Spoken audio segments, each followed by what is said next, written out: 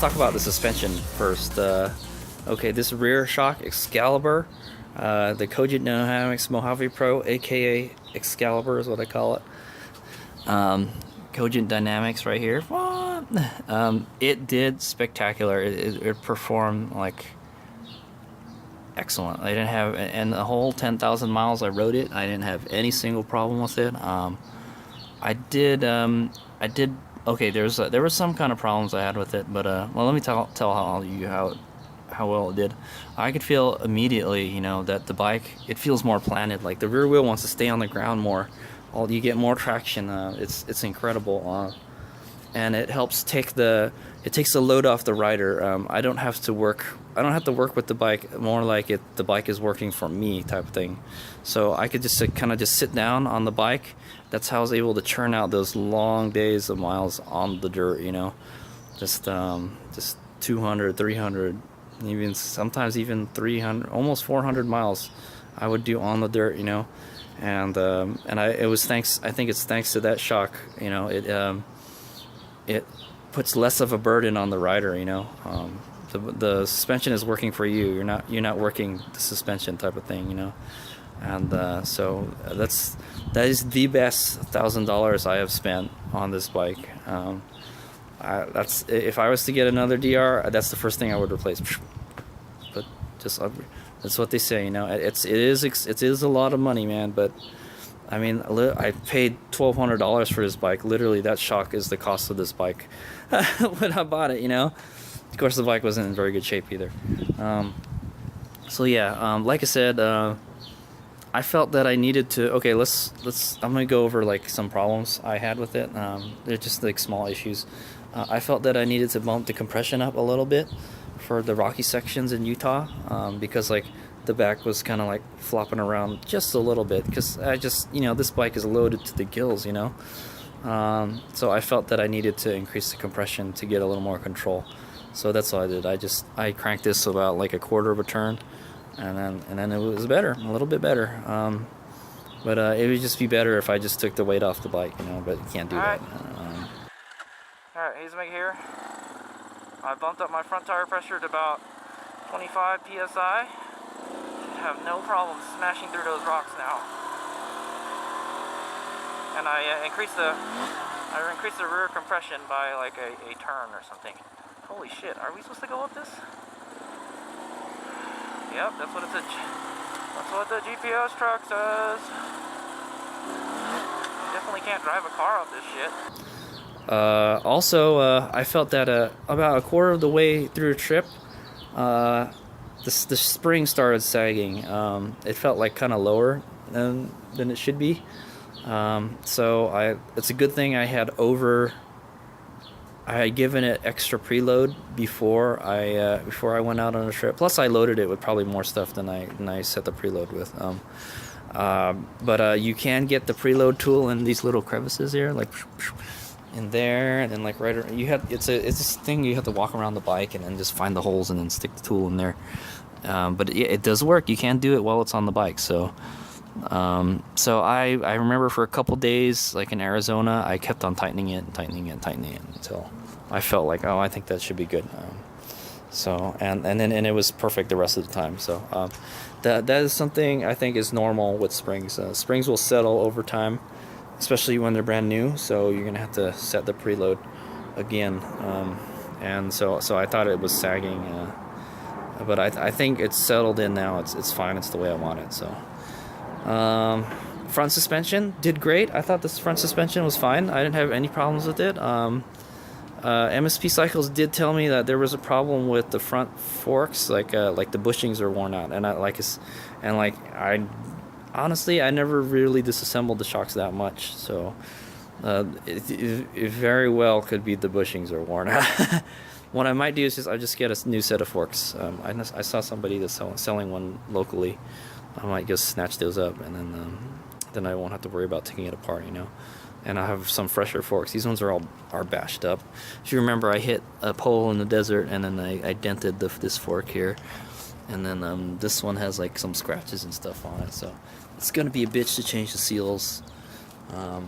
Yeah, so 10,000 miles. I think that would warrant maybe. I don't know. But I did put a lot of miles on them. They didn't leak or anything. They were great. I'll probably have to check the oil level, maybe change the oil, but like I said, I'm just gonna get a new set of forks. It's fine. I'll just move the intimidators and the springs in them. That's not hard to do.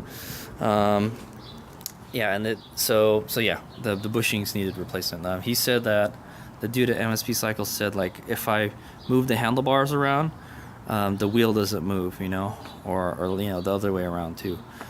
So he's saying I'm having vague steering, like it's kind of like a slow steering is what it is. He's saying.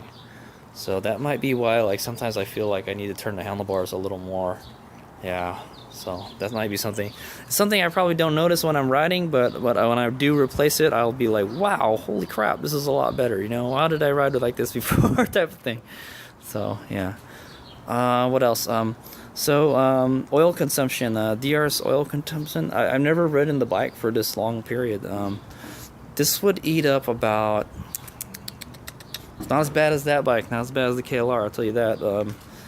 It would eat up like half a quart every 1,000 miles, something like that. I think for it to eat like a whole quart between oil changes is normal. That's perfectly normal. So it's not alarming at all. It's what it should be. So this bike does have a high comp JE piston. So I think it has better rings and everything. But yeah, I thought the bike had pretty good power. The only thing is, like, when you get in the higher elevations, that FCR carb it doesn't adapt to elevation changes well, because it's not a CV carb. So after 5,000 feet, it sucks. The power is just not there. You gotta really what you gotta do is really just rev the engine out. Just keep it in a lower gear and just rev it higher. And yeah, obviously that's gonna make it eat more gas too. So I didn't have any problems with the spark plugs, thank goodness. I did bring some spare plugs with me though, so, but yeah, I didn't foul any plugs, so that's a good thing. Okay, I want to talk about electronics now. I think all my electronics, strangely, they worked fine when it was raining. I could not believe it. I was like, usually I have problems blowing fuses and stuff. Never had a problem. Heated grips always worked when I wanted to use them. This thing was always plugged into the GPS for the most part, unless I was like a hotel or something, or if I had to go in like a museum or something where I couldn't see the bike, I would just take the GPS with me. But other than that, yeah, when this is plugged in, it's waterproof, you know, pretty much. So I didn't have any problems with this. This worked the whole time. This worked the whole time, the USB and 12 volt. So all that electronics preparation I did, it paid off in the end. So there you go. I think one of this light went out again. I think the fucking ground came out of the. I can't keep this thing running, so I don't know why. But anyway, it's like the stoplight works as a license plate light. Anyways, I've never had a problem getting pulled over for it or anything. These lights were great. The Cyclops light worked great. I didn't have a problem with it. However, on my KLR, I'm having a problem with that. That has pretty much the same light as this bike. The fan stopped working on that bike, so I'm kind of worried how long it's going to last. But yeah, the fan is still working on this bike. Yeah, after 10,000 miles, not bad. I had to change the filter. I think I changed the filter sock like 4 times at least, 4 or 5 times. Just caked with dirt.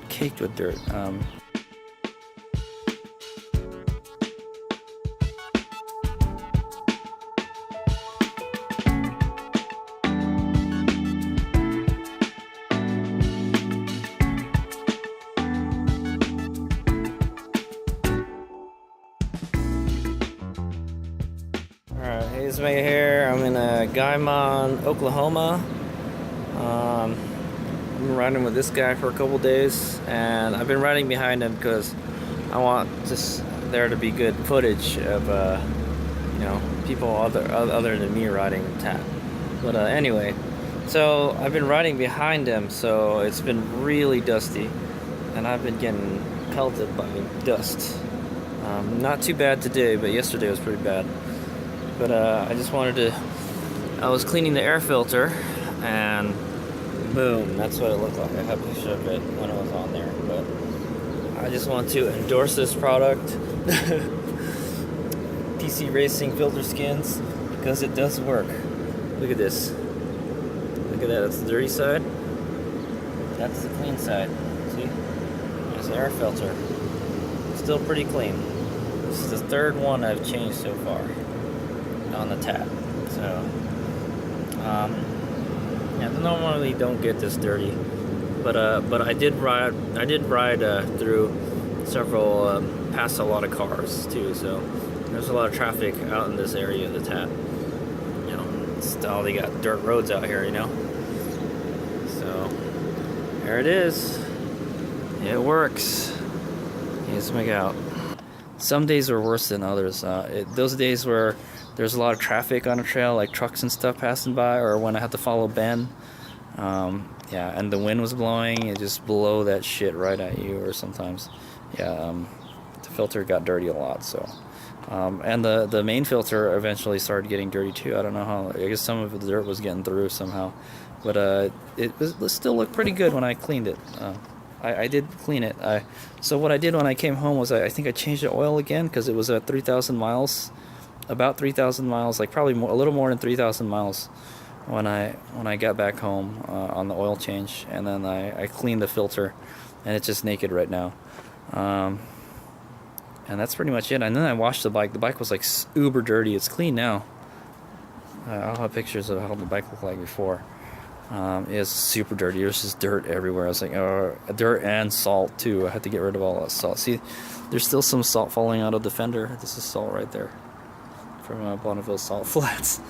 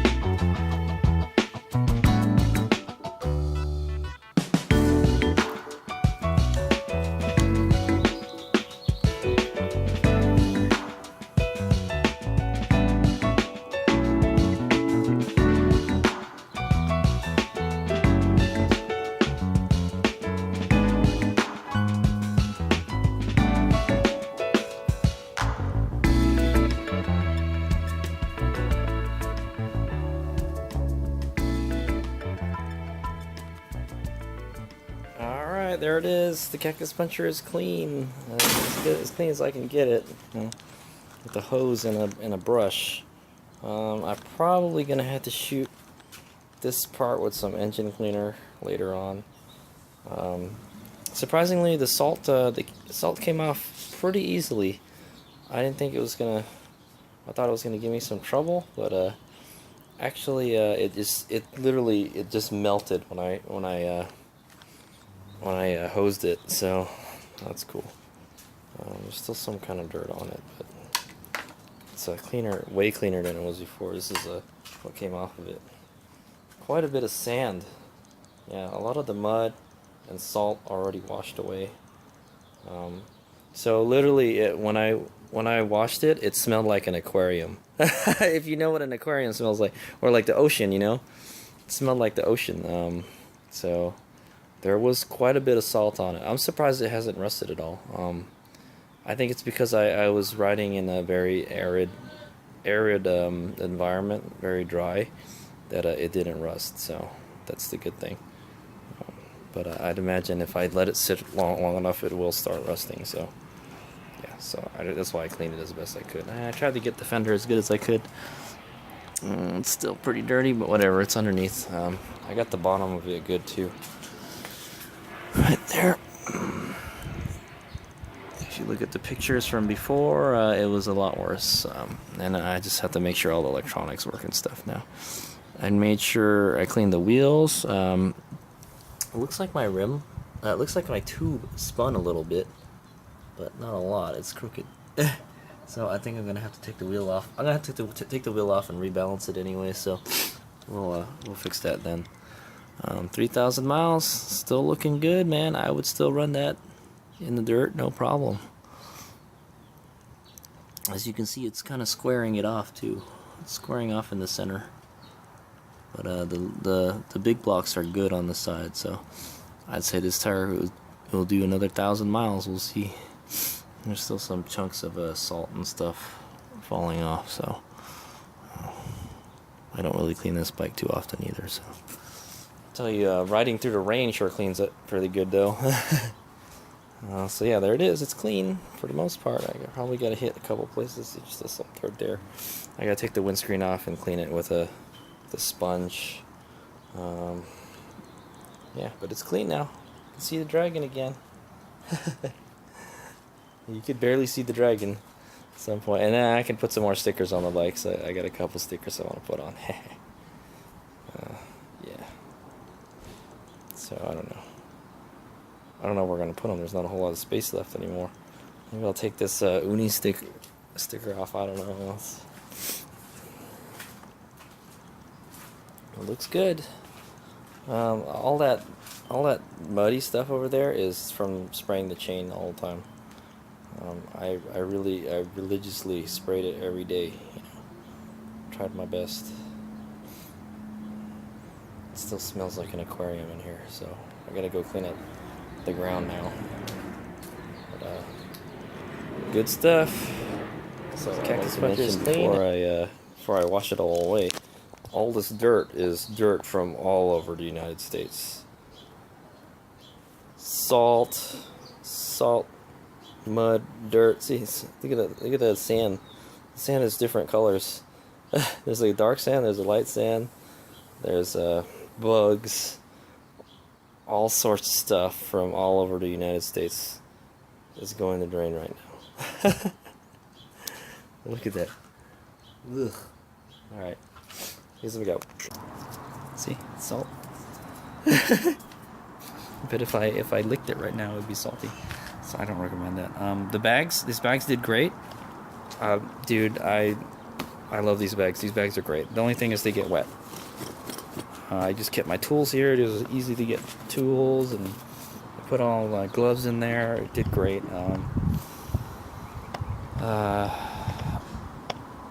Yeah, so the Rotopax was okay, pretty good. Chain, I had to change a chain one time. That chain took a dookie in Georgia. All right, HadesOmega here. I'm at MSP Cycles here in Atlanta, Georgia, and I guess got a new chain and sprocket put on. Awesome. There it is. Beautiful, man, beautiful. Looks like a stock chain. And the good thing is I got a lot of adjustment left. A lot of adjustment. Can you believe it? It was way back, way over here. It was at 6+1, I think. Now it's at 1 or something. So yeah, that chain was done, dude. That chain was done. And I got a brand new sprocket. The sprocket was done too. So, and I got the sprocket with me. I'm keeping it as super near.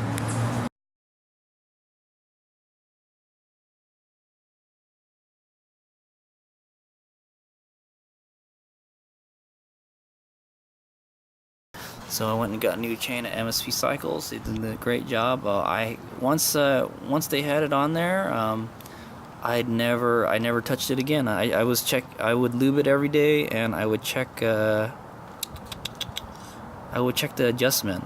Sometimes I would go like 300 plus miles without lubing it, but I would check the chain slack, and it was, I think it loosened just a tad, you know, but it was fine. I never had to adjust it again after I got that brand new chain. So they said that's some kind of parts unlimited chain. I did change the front sprocket. The front sprocket is in pretty bad shape. This rear sprocket still looks good, man. This rear sprocket seems to last forever. They said the front one wears at double the rate as the rear. So I guess when I have to replace that one again, it's time to replace this. So for now, I'm just gonna buy an extra set of sprockets and stuff. And just have them sitting around. Yeah. So I can't think of anything else that had any issues or, you know, stood out really well. I did have a problem with the wolf and duffel. It's not on here right now, but some kind of animal munched on the freaking strap, and it broke it. Sorta, kinda. Damn, that sucks. So my duffel bag here, some kind of creature nibbled on my strap here. Got into all my shit. It tried to get in my shit. Yeah, so I left my dromedary out on my bike last night, and then I saw like a piece of like something pooped on it, like a rat or something pooped on it. So I think some kind of rat crawled up on my bike and chewed the strap off, because I saw this and I'm like, where did this come from? That's weird. And then I'm looking around and I couldn't find it. And then trying to close my bag here. At the end, this thing snaps together here, and it's like, it looks like it's been chewed through right here. I don't know if it did this, because this looks like it came straight off. That doesn't look like something munched on it. It looks like it kind of ripped, but I don't know, man. That wasn't like that last night. I've had this bag for a long time, and that's, you know. Well, you know what? Could have been rubbing on something here, and it broke. I don't know. I don't remember it being like that last night, though, so I might have to get it repaired somewhere, or I have to buy a sewing kit. But there's this part that's fraying here too. It's not that important, I guess, but it keeps the bag closed. You know, I have one of them still on the other side. But it's just, it doesn't. You don't need it for securing it. But damn, what a freaking bummer, dude. Some fucking animal, dude. Yeah, the only alternative I think is like just put the duffel bag inside the tent. I usually just leave it on the bike, you know. See, if I had hard luggage, this wouldn't have happened. So anyway, I can probably just get this sewn back on if I can buy a sewing kit. That's kind of a lot of stitching, but I know that's less time. That's more time, less free time at night. Dadgummit. All right, so I'll just put that in there, and then we'll try to fix it. What a bummer, dude. Anyway, I can still tie it down with these stuff, so. Alright. Well, this is day 6. It's off to a crappy start already. Last night was a good night of camping. I don't know I don't think I could really hear was cows out here. And I haven't even seen any cows. They didn't come here. Alright, here's them go. It's shorter now, so. But it's okay, it's still working. I gotta fix the strap somehow. Sew it. I'm so lazy to go sew shit, you know.